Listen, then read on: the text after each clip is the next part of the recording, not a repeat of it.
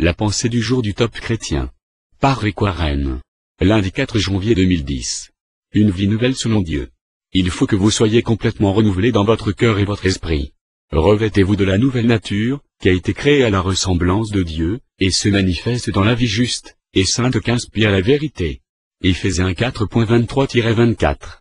Beaucoup de religions, et de philosophies du nouvel âge, répandent le mensonge classique, selon lequel nous serions de nature divine, ou pourrions devenir des dieux.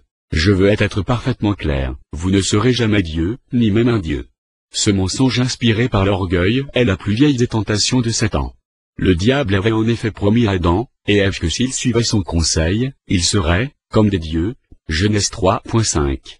Ce désir d'être un Dieu se manifeste chaque fois que nous cherchons à contrôler nos circonstances, notre avenir ou ceux qui nous entourent.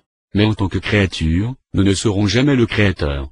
Dieu ne veut pas que vous deveniez un Dieu, il veut que vous lui ressembliez en adoptant ses valeurs, ses attitudes et son caractère.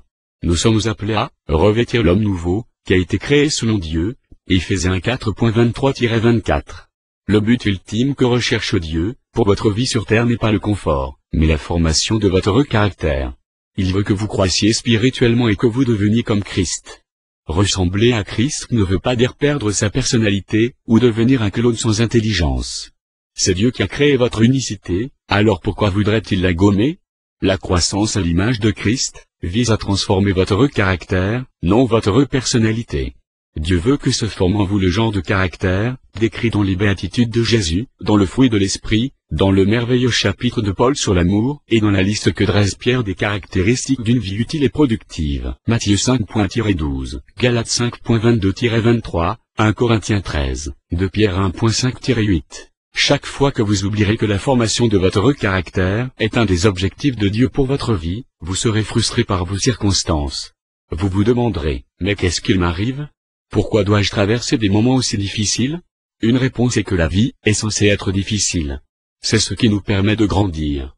Rappelez-vous, la terre n'est pas le ciel.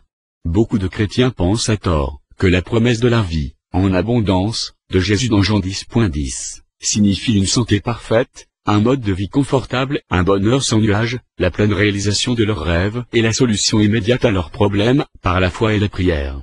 En un mot, ils s'attendent à ce que la vie chrétienne soit facile. Ils recherchent le ciel sur terre. Cette perspective égocentrique voit Dieu comme un génie qui existe uniquement pour vous aider dans votre recherche égoïste de l'accomplissement personnel.